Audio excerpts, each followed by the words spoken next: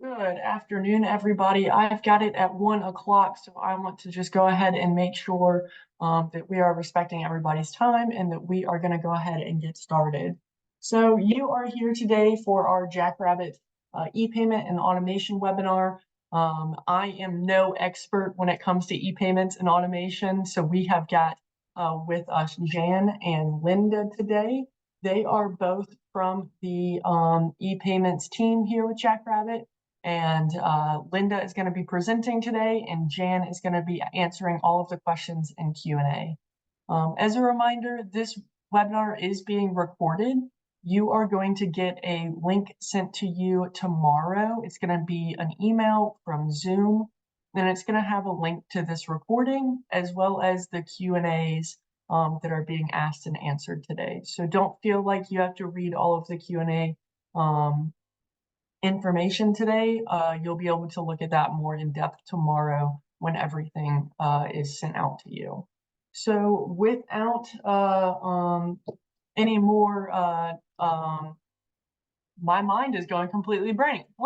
But we're gonna go ahead and pass this on over to Linda. Linda, you can go ahead and start sharing your screen, and she is gonna take over.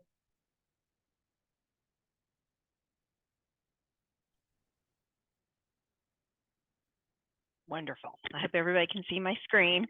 So thanks everyone for joining us. And I just feel like I'm in a tizzy right now. I was trying to get logged in. I couldn't get into Zoom at first. So thank you, Emily, for getting me in. So I'm glad that all of you are here to join us to learn about e-payments. I love e-payments. So I'm just going to kind of go over some basic things and show you just some basic setup things that we go over, how to process credit cards manually at the family level and in batch. I'm going to show you some voids and refunds and show you how just to use some reports and just a little bit about automation. So that's kind of where we're going today. And if you have any questions, go ahead and click in the question and answer, and Jan will be happy to help you. So basically, when you set up with ePayments, like when you set up for Jackrabbit Pay, you'll get something to go through the gear icon in a setup, and there'll be an ePayment wizard. So once you go through the ePayments wizard, then when you go to settings, you can see ePayments. And this is where all your settings lie. And so this is kind of control how you want people to use Jackrabbit, the ePayments integration, the users as well as your customers. So the first thing is who can process e-payments. And so this here shows you who's allowed to process e-payments in our demo database we have here. So the support person, always let the support person do that. My person named Pay Demo and Linda Petrie, that's me. So we're going to go back and I've got some full permissions. When I go to the credit card and bank account settings, that will show me who my payment partner is, and it's Jackrabbit Pay, yay. So payment methods.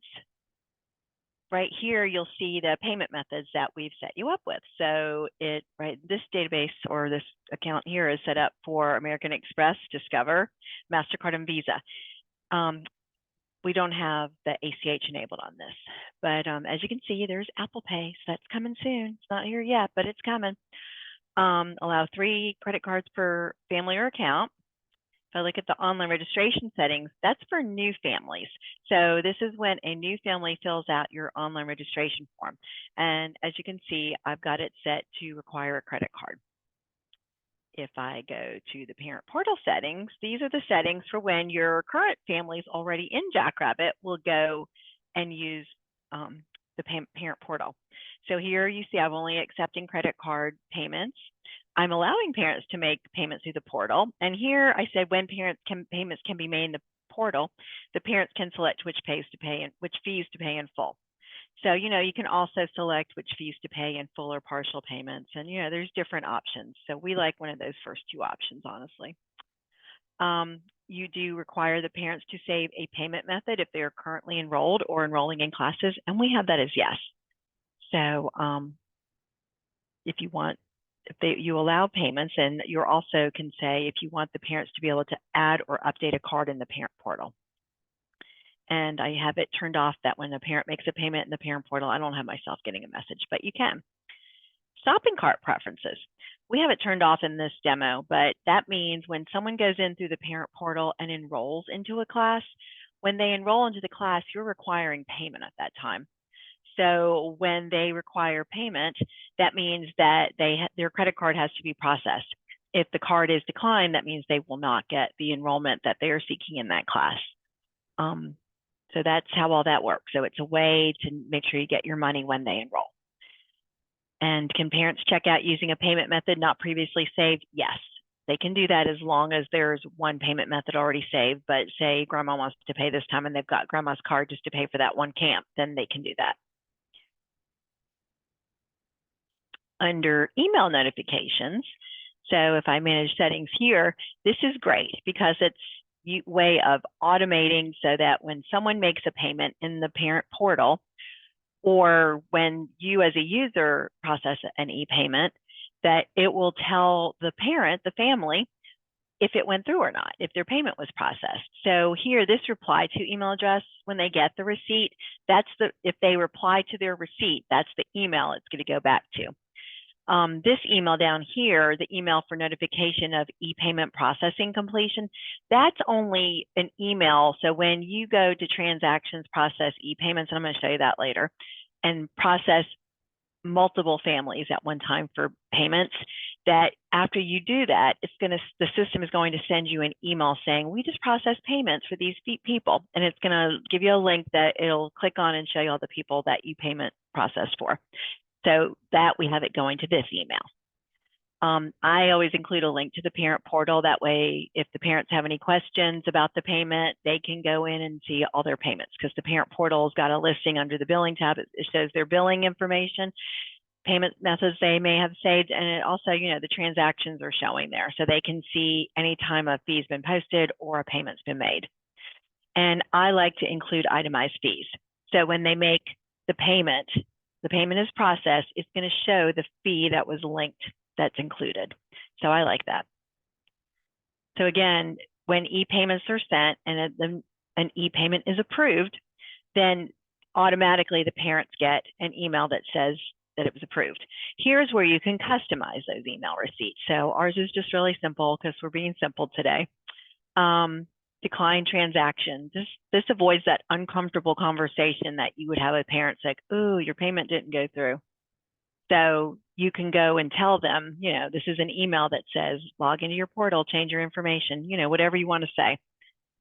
If you void a transaction, then an email will go out that says voided payment. This, again, you update. The newer accounts at Jackrabbit, we kind of pre-filled this part, I believe. And so, but you can update it as much as you want. Because, if you process a payment, you want to let them know that you've voided it also or refunded it. So here's a way for you to tell the parent that a refund was submitted. Okay. The one thing that you want to make sure you have that's in place for payments when you're processing payments or just being in business in general is you want to have policies. So gear icon, settings, policies.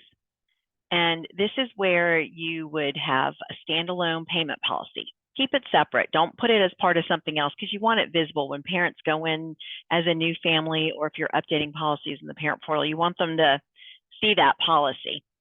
So here's where, and there anything having to do with payment policies, include about when payments will be drafted. Like if you're going to do it in the first of the month, tell them then your refund policy, your cancellation policy. Really important, you need permission from the family to charge their credit or debit card.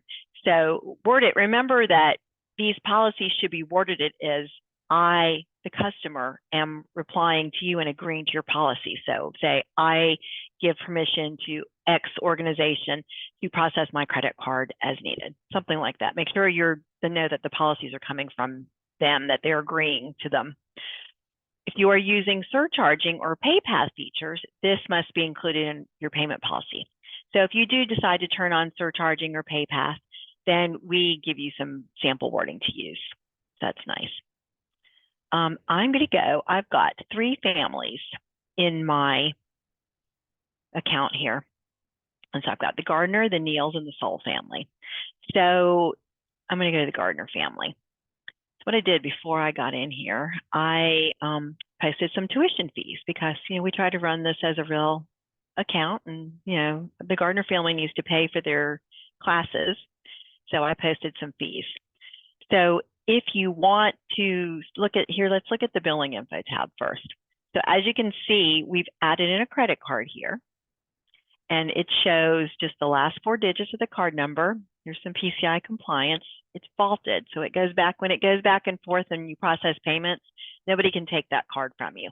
It is there, and just the vault ID is going back and forth, or tokenization, whatever you want to call it. Also, new to Jackrabbit, when we add a bank account, I know this database is not set up, sorry, this account is not set up to use ACH payments, but I went and added a bank account just to show you that also, now when you add it, it's going to only show the last 4 digits. So you can't see the account number anymore. Used to be, you would be able to see the routing number and the account number, or just it'd be start out. So now you can't see any of it.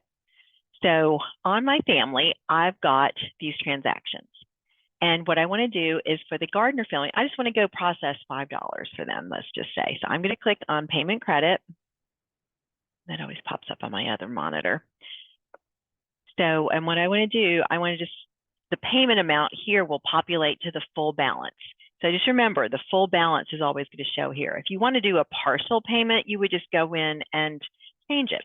So I just want to say $5, and I want it to apply to Lucy's Ballet 1 class. So I'm going to click in here just to show it goes there. If you're going to do everything, you would apply, I always say apply to oldest fees first. So I'm going to use the card on file. And here it's showing I'm using the credit card. It's a Visa ending in 4037. It's got Jan's name on it. Jan, I'm using your card. And I'm going to submit the e-payment. It's not really her card. So here you can see it was approved. And I'm going to click OK. And I'm going to refresh my screen.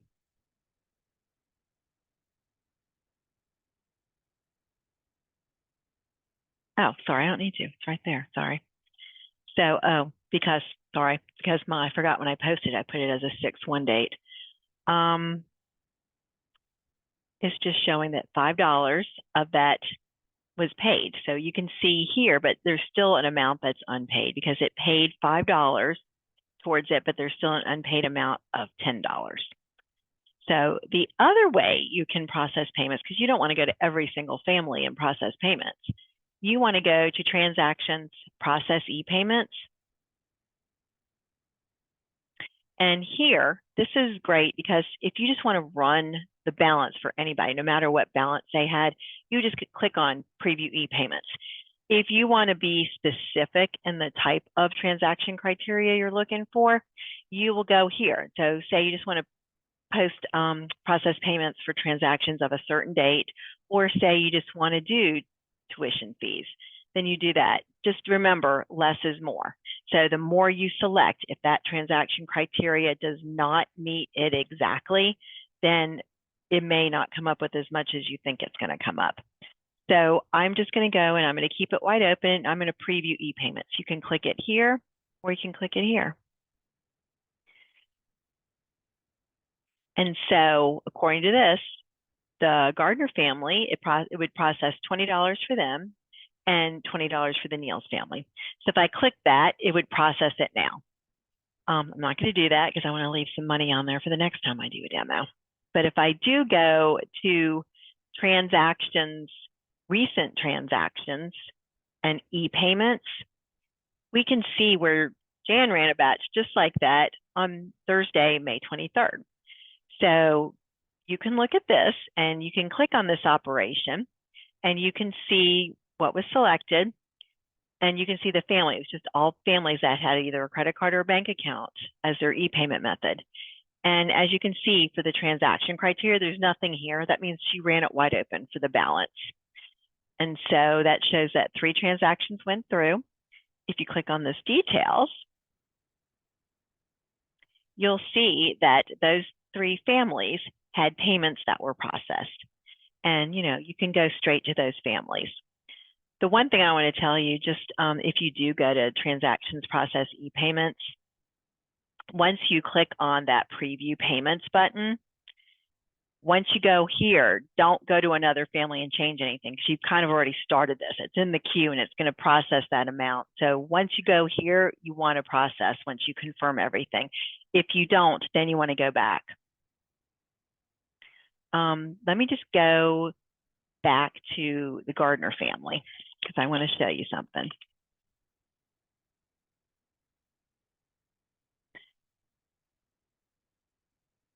So here's the Gardner family.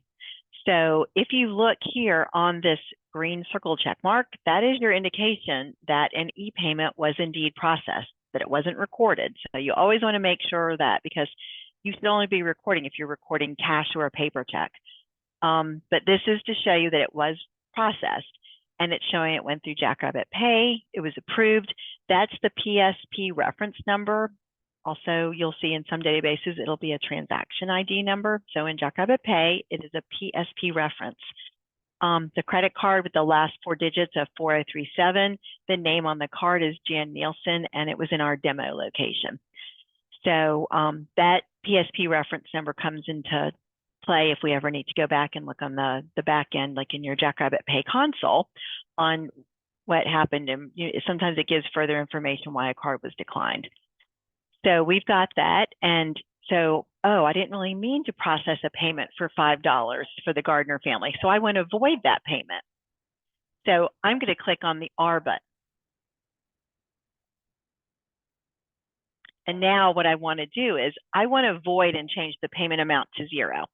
We don't want to void and delete the payment because we want to leave it there. Even though it's an option, we want to leave it there because we want the family to see it on their transactions. So I'm going to go ahead and void that.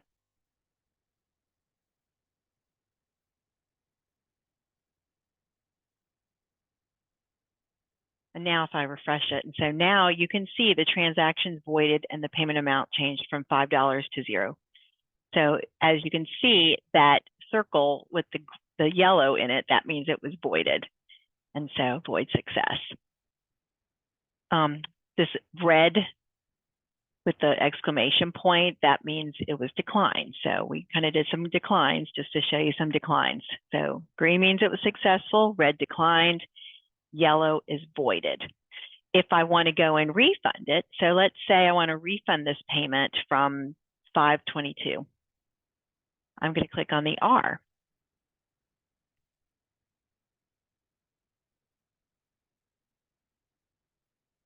I'm not sure what I'm thinking. There it goes. So I want to say I want to refund it because could not attend class. And so I'm going to, because I want to give them their money back for parents' night. And let's just say I just want to give them $5 back, okay? Because couldn't attend, I'm still going to charge them $5, and I'm going to go to next. That's a partial payment. You could do a full payment. And I'm going to say that fees are not due. Due would be what you'd select if they're going to owe you that, but they're going to pay with a different method. Not due means you're giving them the money back and they don't owe you that $5 anymore. I'm going to submit that refund.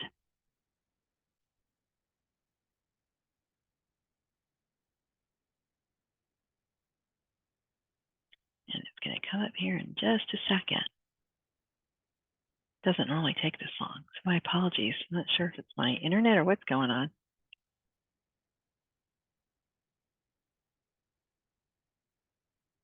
Shouldn't be.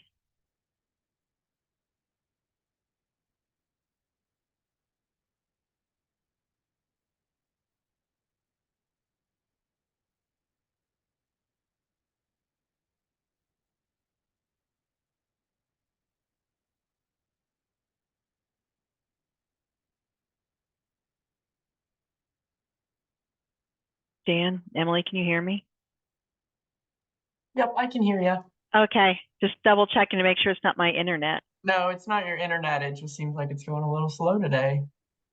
It should not do this. Okay, I just double checked my internet just to make sure. My apologies. All right, well, I'm going to cancel this.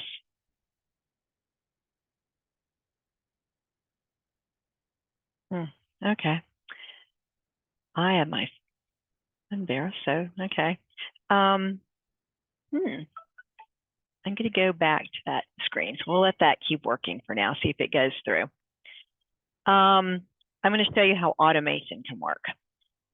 And then, so if you go to transactions, process ePayments, then you can set it up to be automated, to run for you. So you would go to process later and say, I want to start it, that I want to have everybody's payments process. I'm posting it earlier in the month before, but I want to process those payments on the first of every month. So I'm going to say June 1st, and I've got, 1:20 p.m. because that's what it is here, Eastern time for me. And I'll say, oh, it's a good time of the day to run payments after the, while everybody's up and going, and after lunch, they'll see that they got charged. So if I do that, then you would go process later. And it's going to allow you to set up a task. So I'm just going to say process payments. And it's going to start on Saturday, June 1st. It's going to repeat every month on the 1st. And it's never going to end. So I'm going to hit next. And I want to send a reminder to myself the day before that task is going to run. And so I'm going to hit save. Now I'm not going to do that. And the reason I'm not going to do that is because we've already got an automation set up for that. I just wanted to show you how to create one. So if I go to transactions, automation, task management, that will show me that there is already an ePayment, and it's going to process today, Monday on the 30th at 5:13 p.m. So those two families who I showed you had $20 outstanding in fees that they need to pay, so they will get processed tonight at 5:13 p.m. And so if you click here on this little up and down, the three dots, which I've learned is called a kebab, you can view, and that'll kind of show you everything that was set. Again, it was just for anybody who has a credit card or bank account on file, and it was set wide open. So it's just saying if you have a balance, it's going to process the balance. If you need to change it and say, oh, I didn't mean to change the balance, just charge the entire balance. I wanted to charge the tuition fee only, then you'd have to go in and delete that task and redo the task. However, the one thing you can add it here for task management is I can change the name, I can change when it runs, and I could change anything with the task itself. So not necessarily the criteria it's looking at, but when I want the task to run. So instead of running it at the, tonight at, May 30th at 5:13 p.m., I can go change it to run at, say, let's go 6:30 p.m.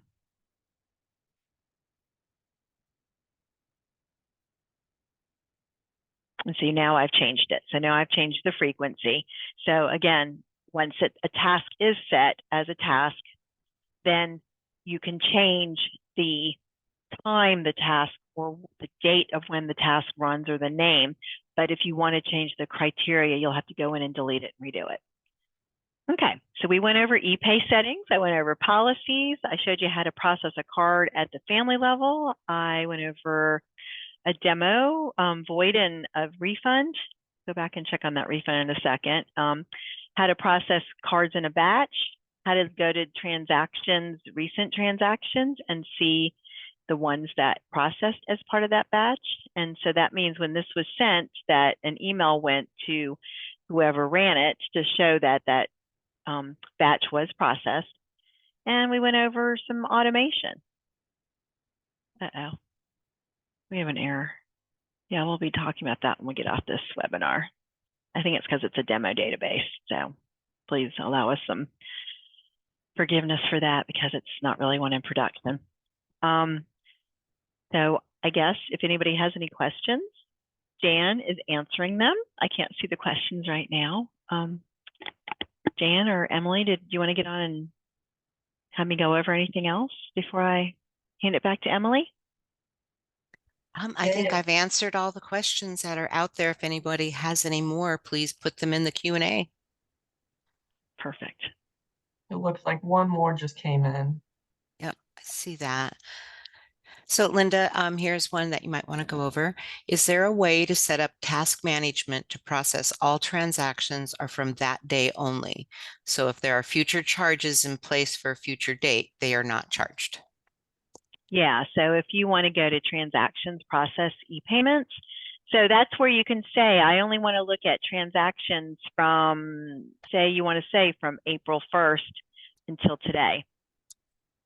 So that way, you know, you would only process payments from April 1st until today. So if I look at that, so watch, if I do set that, it's not pulling up anything.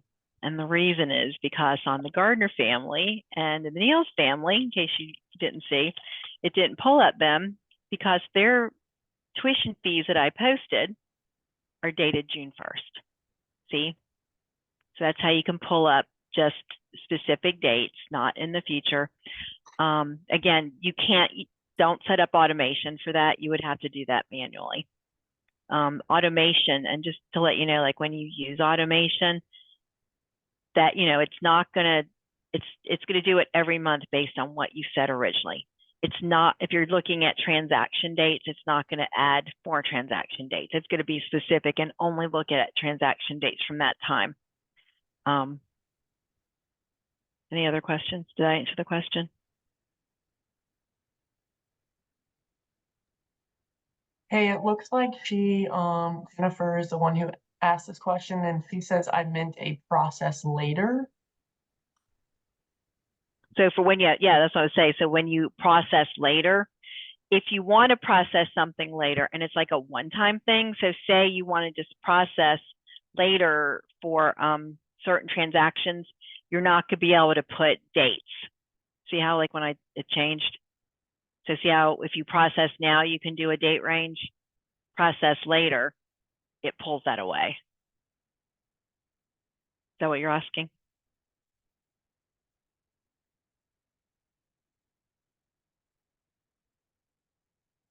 Yeah, I think that answered the question. Okay. Yeah, and yeah, people like automation, but if you've got some things that you're really specific and it's going to change every month, you know, you don't necessarily, the automation is great, but you know, like I showed you processing now, it's just, you go in, you set it. We're really good about setting favorites for you. And, you know, we can set a favorite so that somebody can run it at a certain date and it'll just look on that date, or you can just set something on a certain date. And it'll look at, you know, whatever you want to look at. But again, you can't use that transaction date from and through for when you process later for tasks. Looks like another question is, can you set up multiple e-payment tasks? Yeah. So yeah, you can set up one. Say I want to say on the first of the month, I'm setting up tuition fees. You walk through that. And then you want to set up another one, then you do that one. Then you go in and say, I want to set up, you know, that one would be the 15th of June. And just for tuition. And then you would step through all that. It's going to pop up. You would step through that. Or, and then if you wanted to go just to set one up just for costumes on the 1st, say I want to process later, sorry, costumes on the 15th, and then run it the 15th of every month, then you can have one that just goes for, we don't have costumes, say registrations. And sometimes people do registration fees. They set it up to run every day. So if you wanted to set one up for registration fees, you can have it run starting tomorrow every day. And then anytime there's a registration fee that's put on, then you can have it run daily. Again, give it a name. So yeah, you can have as many e-payment tasks set up as you want for automation.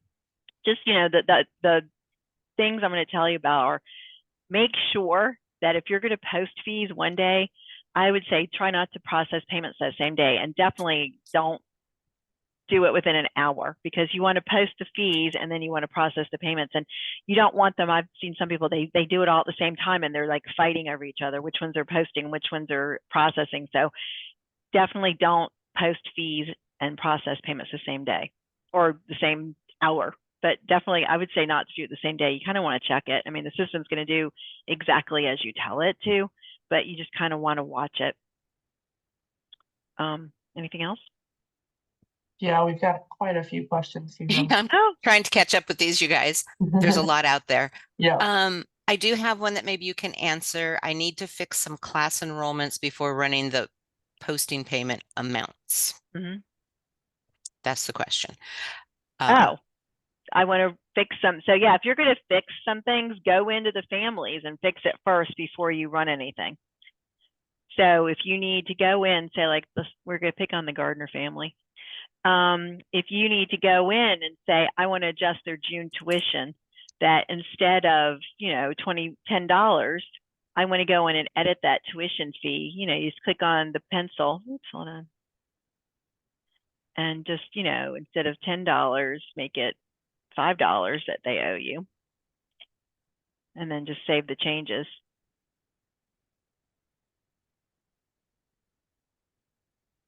So again, that changed it. So, you know, make sure you do it before you go to transactions process ePayments, because you want to capture it. It's looking at everything as it is. Is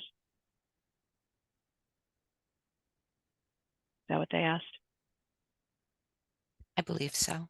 Okay. Yeah, so once you go in, so the thing is when you go to process ePayments, say you're in there and I'm previewing and I see these two families need to have it edited.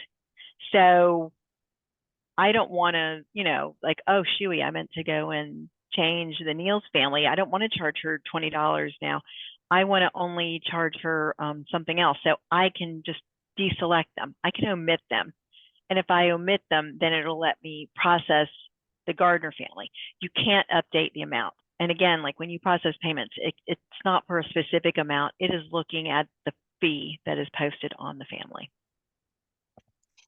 Linda, can you go over a little bit on the family billing info page? The question is, how do I process fees for families on the 1st and on the 10th for certain families? Definitely. So on the family billing page, when your families use the online registration form, you can select an e-payment schedule. So in Jackrabbit, we kind of pre-fill all these for you, but if you have a family who's paying monthly, you can select that. So like maybe you only have the families who want you to process their payments for them on the 1st. So anybody who has an e-payment schedule of monthly, I'm going to process their payments on the 1st. If somebody wants to pay me or go in and process their payment on their own in the parent portal before then, or they want to give me cash, chicken eggs, Bitcoin, however they're paying, then I always say have them give it to you at the beginning before the 1st of the month. So give it to you by the end of the month. But if you want to change your options, oops, hold on. Yes, I'm going to go and add that. If you want to change your options for your drop downs, then you're going to go to the gear icon, settings, general, drop down list. And under family, there's ePay schedule. So say I wanted to add an option of 1st of the month. And then I also want to add one for the 15th of the month. So now when I go to the Gardner family,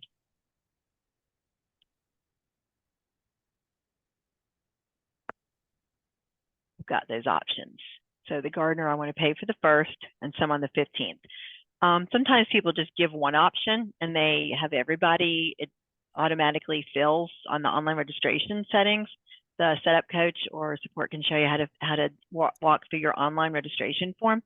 But like this is the 1st, but say there's some families I want to give, you know, a little reprieve to, and I know that they don't get paid till like the 5th of the month. So for those families, I can run it on the 15th of the month. Save changes. I'm going to go to transactions, process ePayments. And if I'm looking, say it's the 15th of the month, and I want to go see who has the ePayment schedule of the 15th of the month, it'll pull up those families.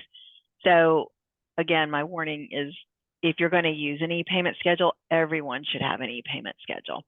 And so if I go to ePayment schedule or go here, see how it's just pulling up the Gardners.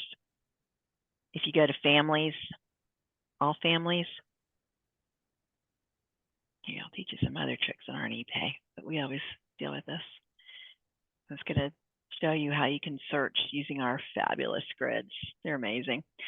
And like right here, I can pull up ePayment schedule. And so see how it shows the gardeners are the first of the month, but the Neils and the Souls don't have a schedule selected. So what I can do is I can go here on the 3 dots for more, and I can do an ePayment schedule. And I can select an ePayment schedule of the first of the month. Say I want to change everybody, and I'm going to update it. Now I put them all, even the gardeners, I put them back to the first of the month. If I didn't want the gardeners, I would just had the other 2 checked and unselect them. So, you know, these grids under family, students, and classes are amazing. If you don't know how to use those, I would definitely set up an open topic extended call and have support help you with that, or your setup coach if you're in the first 60 days of Jackrabbit. Does that help? Linda, I have another question. Mm-hmm. It says you should talk about pausing a task. I had an issue this week with resetting a time for a task to run on today. They said I had to pause, wait for the task time to pass, then change the time. Mm-hmm. So if like I've got my task here tonight, I want to pause it. So here, pause. See how it says in yellow. So just remember, when you unpause it, then it'll just run the next time that it needs to run. So Jan, I paused your task for tonight. Thank you. Mm-hmm. Anything else? This is fun. I have one here. How would we add a single day camp and have it charged directly to the client's credit card at registration? Yeah, so when somebody uses the online registration form, just making sure everybody knows this, when you preview the registration form, it's only collecting payment information. It's where you would add your credit card. So, but that would be for new families. However, if you want existing families who go into their parent portal and enroll into a camp, that's when you would go to ePayments. You go to credit card and bank account settings and parent portal settings. And that's that shopping cart preferences I told you about. And so right here, that's when I would select, yes, do you want to require payment upon checkout when parents are enrolling using the parent portal? So that would post a fee for the camp on the family, and it will require payment for that class. Now, I'm going to save that. I'm going to go to classes.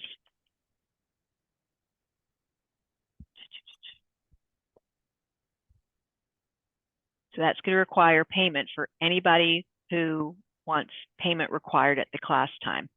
So, but at the class level, it's going to do it for everybody, unless if you want this box checked to exclude from requiring payment during parent portal enrollment. So say it's just for only certain classes you want to require payment for, and certain you don't. So that's how your classes normally, it's deselected, so it's always going to include it, but you can exclude it.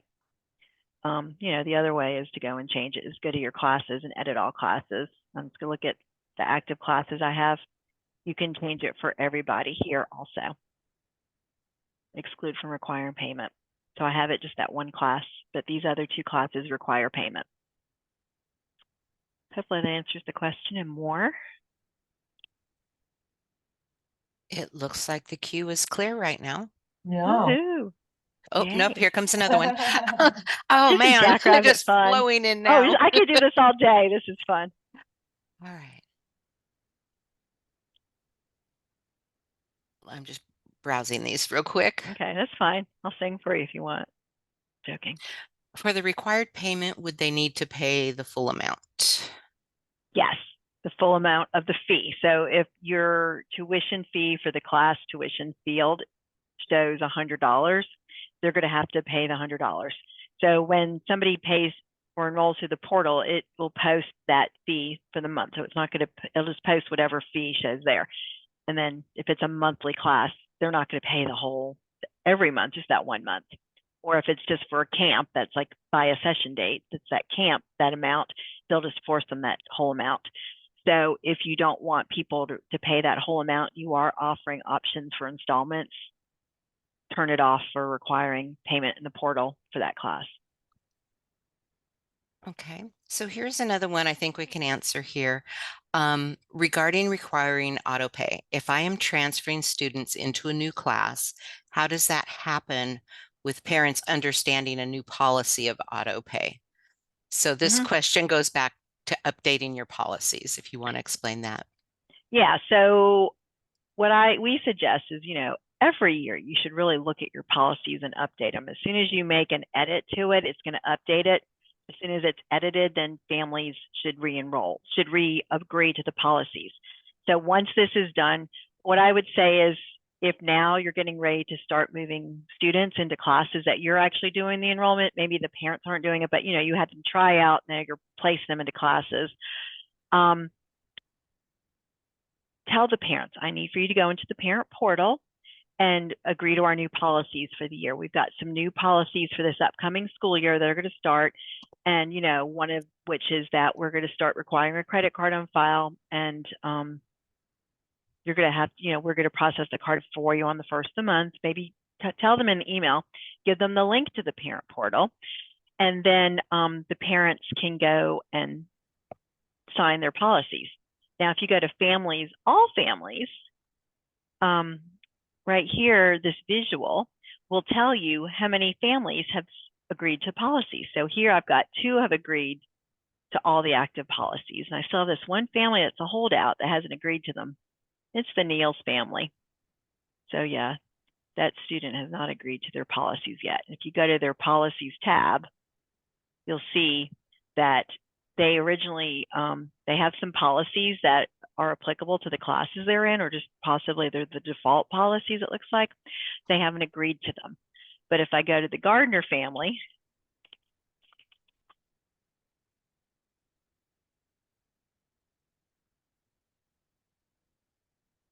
they have agreed to them.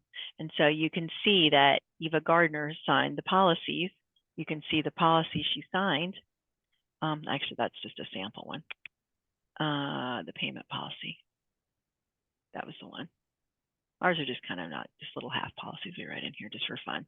And you can see it was a grade 2 on this date by Eva Gardner. So that's an electronic signature that carries as much weight as a written signature and policy. Yeah, so you can see she signed it. Anything else? I have one here.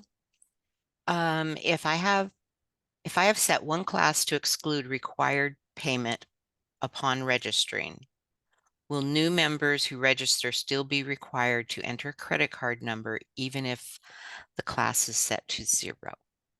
Yeah, so even if your class is set to 0, if you have this setting,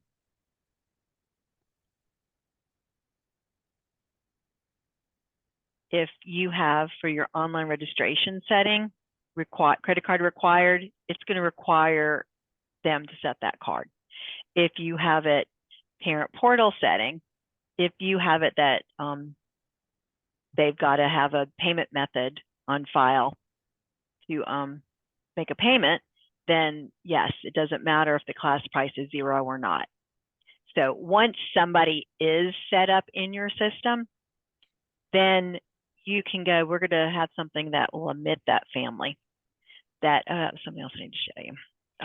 To omit that family so they can still go in and enroll into classes, but they won't have to have a credit card.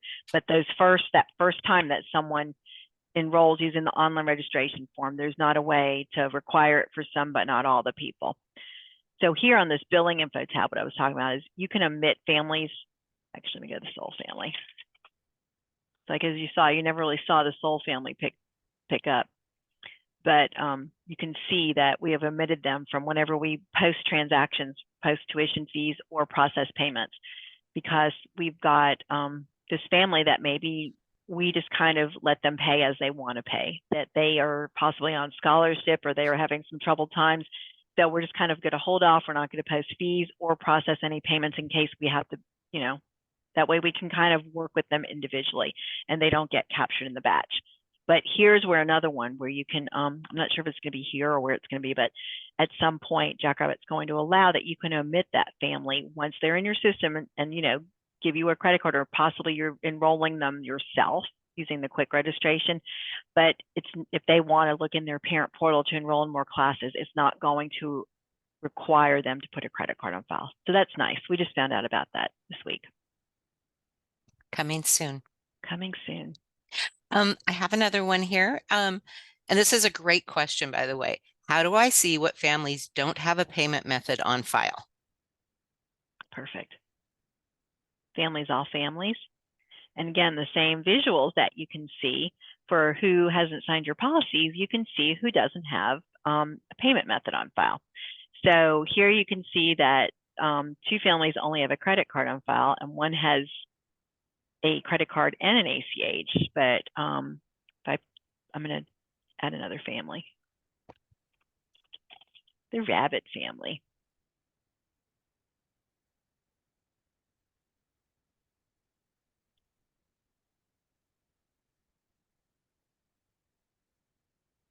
Okay, now I'm going to go back and see now when I look at that e-payment status, because, you know, I just put in the Rabbit family. I didn't give them a credit card.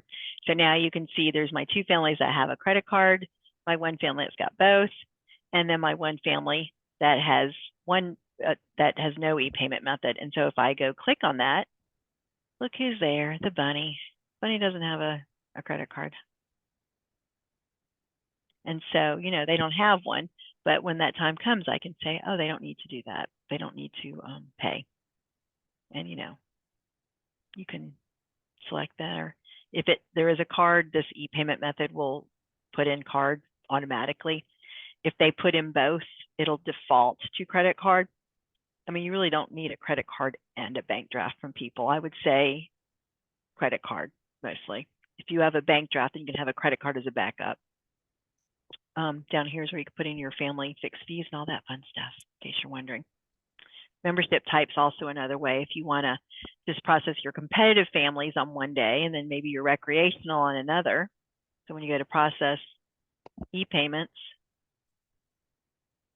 it's just, you know, instead of the 1st and the 15th of the month, I only charge my competitive families on that one day.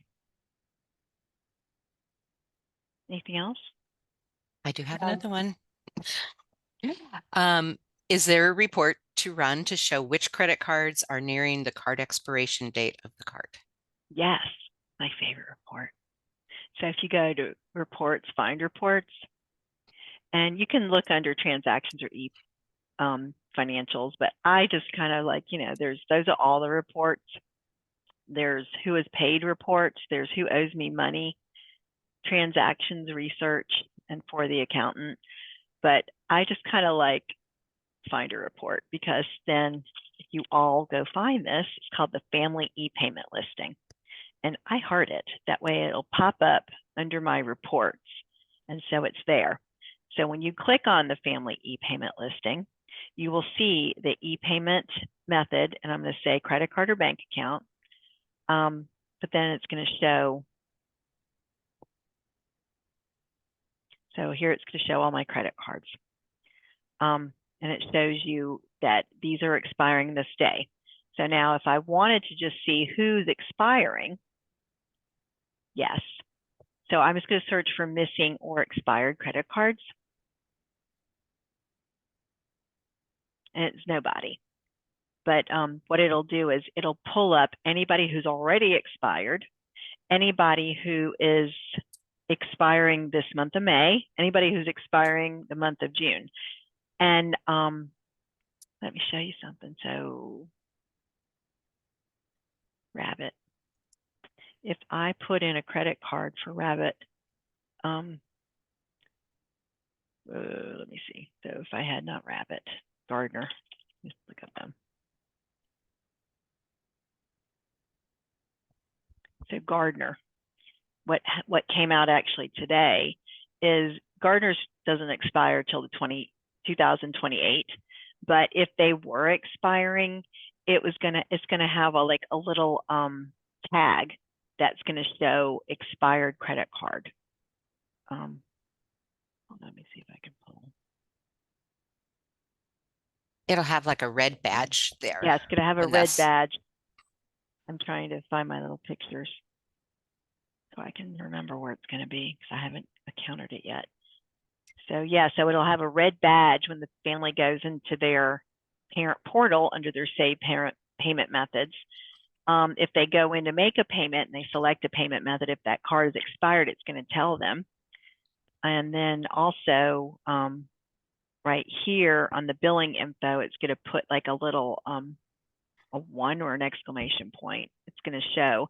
And then right after the expiration date, it's going to be a red little badge that it'll have this highlighted. That expiration date is going to be highlighted in red. So yeah, so that's a nice way to see. But I like the family e-payment listing. That way you can see whose cards are going to expire.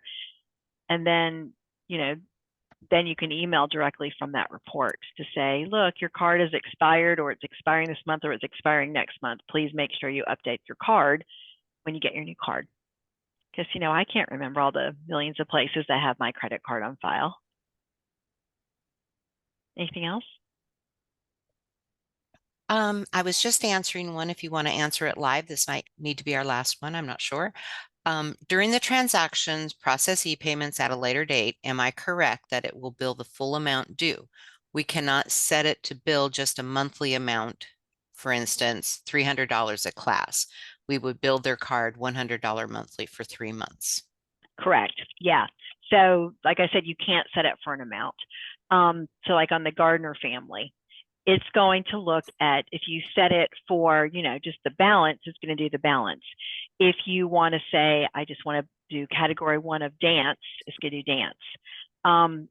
It's going to look, this transactions page is so super important because this is what it's pulling from. Whatever's here is what, if you start being specific, it's looking at all this. If this is not written on that transactions, it's not going to pull it.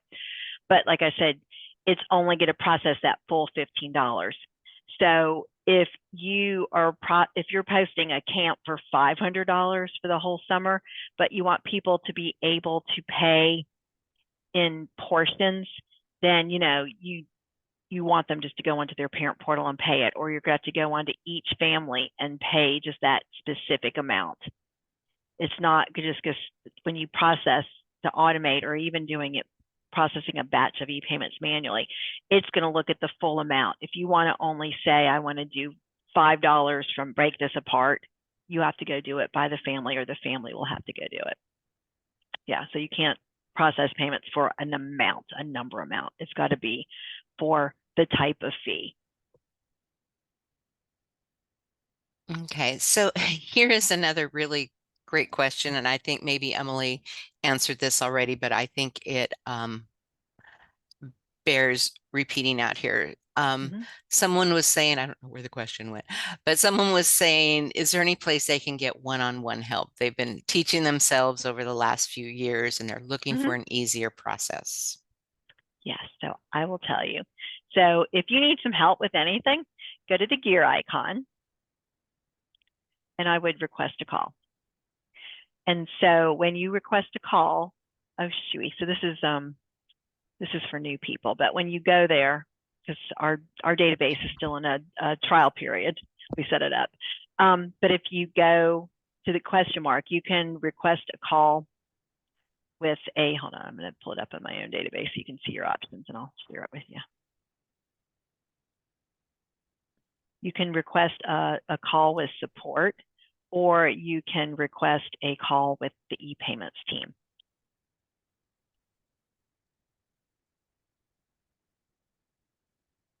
So, and to clarify, support can help you with all the various setups, but if you have e-payment specific questions, if you have declines, if you have anything just absolutely related to e-payments only, select that option.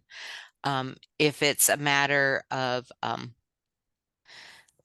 help me out, Linda, what am I trying to say? it's a matter of processing or something. Yeah. So like, here's like how to get open topic call. This would be like something with within your database that's not ePayments related. Open topic extended call, that's 30 minutes. That's for something like complicated. If you want to post fees, or say, I don't know how to use the staff portal. I want to learn more about it, or I want to learn more about using the parent portal. One of those. I would veer to 30 minutes. Honestly, if it's something that'll take 15 minutes, I probably just send in a ticket and they can respond. And if it's something more complicated, support will tell you that you can book a call. ePayments call, 30 minutes. That would be like, I need help with credit card bank draft processing. That's not posting fees. That's if you are having some issues, like, can you walk through setting up an automated task with me? Or can you tell me how to only select certain criteria? That would be Jackrabbit Plus. That's our app. And then database checkup call. If you've got a lot of things you really want to help with, that's what I would suggest for those of you that are saying that this, somebody else set the system up. I kind of took over this past year, but I'm still fuzzy about a lot of things. That's a great call to have. And our support folks will go over what you want to go over. Plus, they may teach you some things you don't know about. It may be some new enhancements that'll save you some time. So that's like kind of like when I'm on ePayments calls, I'm always going through that dashboard, the all families, and just showing people. And it's kind of funny. Not everybody gets scared. Actually, and this is actually our old dashboard. Did I ever go to the dashboard? That's the new dashboard. It's fun. It's new. So, there you can see your aged account, see who owes you money. So none of my people owe me money, and the reason it's not showing up, yeah, they're posted, there's fees posted, but you know why they're not showing as owed? Because they're June 1st.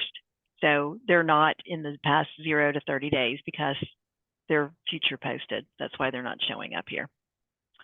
My revenue summary, we just make a lot of money here in this little account here. So all kinds of fun stuff. Anything else? I think that's it. I went ahead and closed the Q&A just because we are running right at an hour and I want to make sure that we are respecting everybody's time. I know that we have a busy schedule. So is there anything else that you need to cover, Linda? I think you covered a lot of information. I think I did. Awesome. Yes. So I was going to say, if anybody has any questions, go to the gear icon and request a ticket and send it to the ePayments team. And yeah, so like that pay info at jackrabbittech.com, email that, especially if you want to learn about Jackrabbit Pay. We'll be happy to set up a call to talk to you about that. And we're here for any and all of your e-payment needs, because it's a great thing to integrate e-payments. Thank you so much, Linda. And thank you so much, Jan, for answering all of those questions in the background. So that concludes our webinar for today. Like Linda just said, if you have questions, go to that pay info at jackrabbittech.com. That is the email, or you can go to that gear icon and you can request a call with ePayments or with support. It really depends on what type of question that you have. And then this QR code here that you are seeing on your screen, that is a way that you can join our Facebook user group. It's a great way to connect with the other users who are in Jackrabbit, as well as some of our employees here with Jackrabbit. They go in and answer questions as well. The last thing is there is a survey when you close out of this webinar. Please, please, please fill out that survey. It helps me know what information you were expecting to be covered, what wasn't covered, anything of that information there. So thank you again so much. And again, you're going to get a recording of this email, or a recording of this webinar, and an email tomorrow from Zoom. Thank you.